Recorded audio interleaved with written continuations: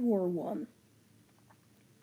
That's what we're going to be discussing first, because it's just going to be the first episode. Now, instead of going over a bunch of stuff of who I am, I'll go over that some other time. And right now, we're just going to start off, just go straight into it. We're not going straight into the war, but we're going straight into before the war. How it got started. All that good stuff. Okay. So,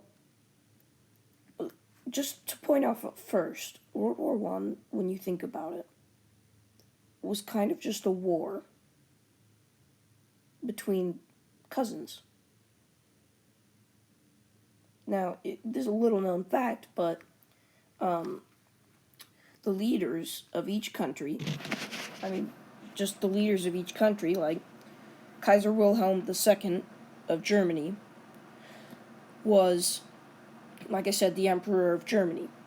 And then you had George V, and he was the King of England at the time. And you had Tsar Nicholas II, who was King of Russia at the time. But they all pretty much started, like, they're all related, and their relation goes back, all the way back to the 1700s. Now, in the 1700s, the King of Prussia, Frederick Wilhelm III, marries a girl named just Louise. They called her Louise of Mecklenburg, which I am not completely familiar with. And both of them lasted until, Louise lasted till 1810. Frederick lasted till 1840. Now, during that time period, they gave birth to two people, basically. Wilhelm I, the King of Prussia, and Charlotte of Prussia. Now, Charlotte marries someone named Tsar Nicholas I, and his line starts in the British royal family. Queen Victoria, in 1819, marries Prince Albert. They have 6 other children, including Alice, Edward, King of England, Victoria, and Tsar. Now, Tsar is mainly down from his father, Tsar Paul, who marries Sophia Dorothea. Now, after they get married, they give birth to Tsar Nicholas I, who marries Charlotte of Prussia, who has been descended from the top of the list, Frederick. And they give birth to Tsar Alexander II in 1818, which Tsar Alexander II, to an unknown wife, gives birth to Tsar Alexander III, who's then brought down all the way down, who marries a girl named Dagmar, and then they give birth to Tsar Nicholas II, 1868 to 1918, which, for those of you that don't already know, the war lasted from 1914 to 1918. Now back up to the top with the British family. So like I said, it goes down. Edward gives birth, he marries Alexandra of Denmark, and then Edward and Alexandra give birth to George V in 1865. And he would live till 1936. Now, the Prussia still goes down from Wilhelm I, who dies in 1888, passing down the King of Prussia to Frederick III. In 1831, he was born, dies in 1888. Now, he marries Victoria, the daughter of Queen Victoria. And they both give birth to the Emperor of Germany and the King of Prussia, Kaiser Wilhelm II, in 1854. Now, there's a lot more to the family tree, which I could go over if you guys wanted me to, but I don't think you do. But basically, they're all first cousins at least. Just something to think about. Now, like I said, all the leaders were cousins. Or at least the leaders of, Franz Joseph of Austro-Hungary is not acquainted with them. He's not in relation to any of them. And then again, Austro-Hungary's only been around for a century. Little did they know that they wouldn't last another. And to talk about how it got started. Obviously, you got the tensions rising in the arms race, but for those of you that don't know what that is, tensions rising is, so inside the world court or whatever, the world problems. Great Britain, France, Russia, all of them had, roughly at least some colonies on the other side of the seas. Great Britain had some more of Canada, France had the Middle East and down in South America.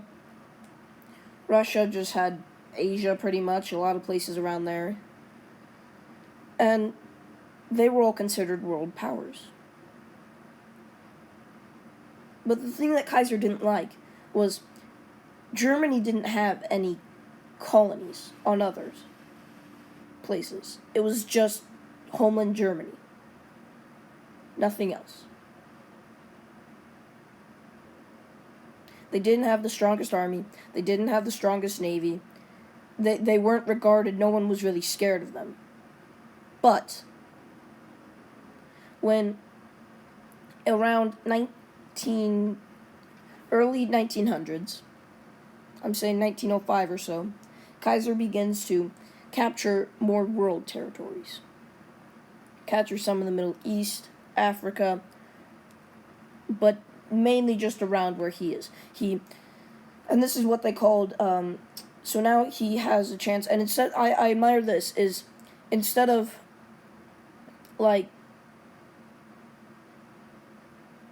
after he captures places, and he didn't even go to war, he just captured places.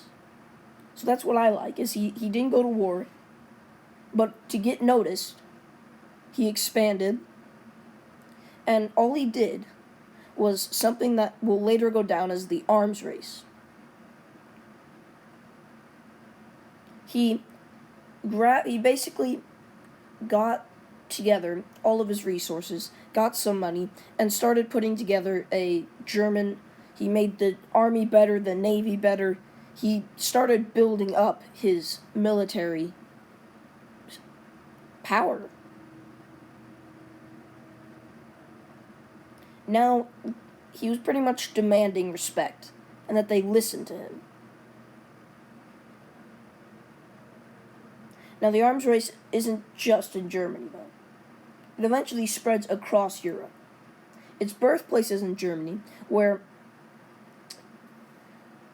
basically in Germany is where it started. This is where they're trying to gain more weapons, basically, to demand respect instead of just going to war. So now, England feels threatened. So does France, so does Russia. they all start building up their arms. So soon Austro-Hungary does. Soon everyone does in Europe, all across Europe. They at least build it up in the slightest bit, even.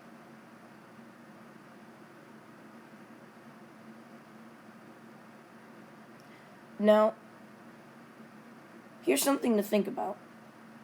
Well, no, we'll come back to this later. My bad.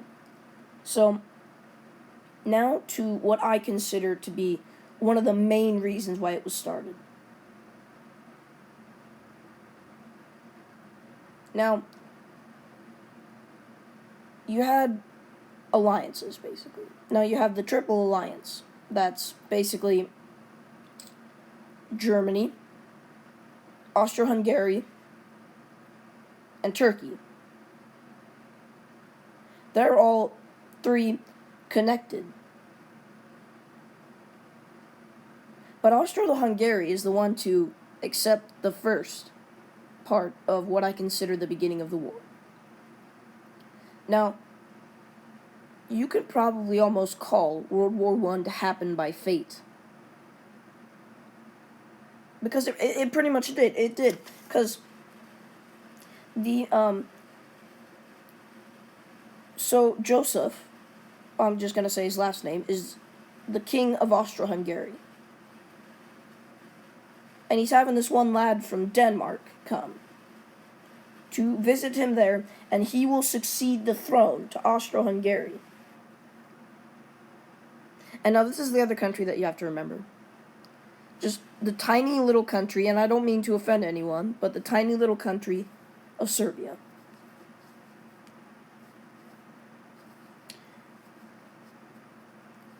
See, this is where fate plays in. It just has to be. And this is a story that went down as what they call the one shot that set off the war. The one shot that, well, yeah. So it's the assassination of the heir to the Austro-Hungarian throne. So it's this nice day. The one guy from Denmark's coming through, and he's coming through in a carriage down the street inside his car. But now then, there's a group of Serbian assassins. And their goal is to eliminate him. So they line up along the street, the weakest point, and go ahead and take a crack at it. But the closest they get is when one of the doors are open. And he grabs a hand grenade and tosses it in. But by fate, it bounces back out and hits not only him, but several people in the crowd. Now, he pops a cyanide pill into his mouth and runs and jumps into the closest river. Unfortunately, the pill just didn't work. It was kind of outdated, if that's what you'd call it. So it only just made him throw up a couple times, and then the water was only 6 inches deep, so they obviously picked him up and sent him into questioning. So they immediately get the heir out of there, drive him way out of there, back to the palace, basically. And all the assassins, they're just, looks like, there's no hope. It's over. But for some reason, as if fate decided it, the heir does not leave. Yeah, he feels the need that he needs to go and visit these people inside of the hospital who got attacked by the grenade, basically, who were hit by it. Shrapnel, whatever. And so I imagine that this one man by the name of Gabriel Principe, he's one of the Serbian assassins, And I just imagine that, oh, it's a bummer. He didn't get it, they did not assassinate him for their country. So I just imagine he goes across the street. And this is somewhat true, but he just goes and gets a sandwich to help him feel better. And then, as if luck or fate or something decides,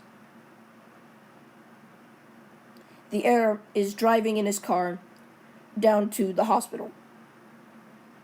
And for some reason, they accidentally back up, they accidentally drive into this alley that turns out that it's a dead end. And see, the problem is that back then, cars, these were the earlier cars. You had to crank them up to start driving. The really old ones that release a lot of steam, you wore goggles, all of that. Well, so he tries to go in reverse. But of course, that can sometimes break down the car. It happens actually quite often. So he goes in reverse, and the car breaks down. And then, so they're sitting there trying to fix it. And then, as if luck abided it, the most peculiar thing happens. Right as they stop down, right as the heir pokes his head out of the carriage, Principe is just now coming out of a shop. And what does he see? The heir. His target. So he pulls out his pistol that he's been carrying with him immediately, heads down the alley, and puts a bullet in his head. Now, he also shoots his wife. And as from the guard that was driving them, he claims he turned around and he sees his wife, collapse over her husband. So he immediately goes to the heir, thinking that she wasn't shot. Now, they might have been able to save her because it was only a gut shot, but they were not, because he didn't realize that she was shot. He thought that she was just leaning over and squeezing her husband for the last seconds that they might have together.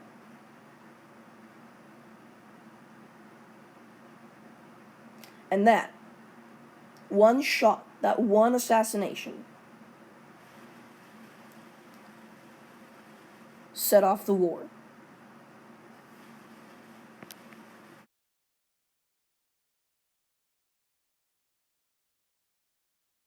Hey guys, thanks for watching this first video of the podcast Series 1, World War 1, Episode 1. I will be coming with you in, I don't know, in about, at the longest, a week with Episode 2 of the start of the war. I hope you enjoy this channel. If you have any games or any more recommendations, please let me know. I will also be doing a series of game videos, iMovies, everything. The games will include Verdun, the Total War trilogy, so on from there, and yeah. Hope you enjoyed. Please leave a comment and like the video. Thank you.